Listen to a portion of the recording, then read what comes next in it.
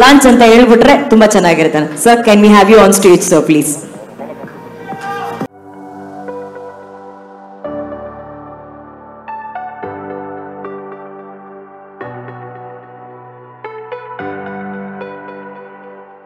ನಿಮ್ ಸ್ಟೈಲಲ್ಲೇ ಒಂದು ಡೈಲಾಗ್ ಹೊಡೆದ್ಬಿಟ್ಟು ಹೇಳಿ ಅಣ್ಣ. ಸರ್, ನೀವು ಲಾಂಚ್ ಅಂತ. ಹಾ,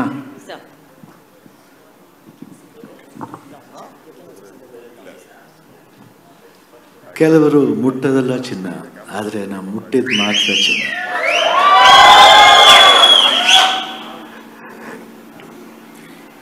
ಲಾಂಚ್.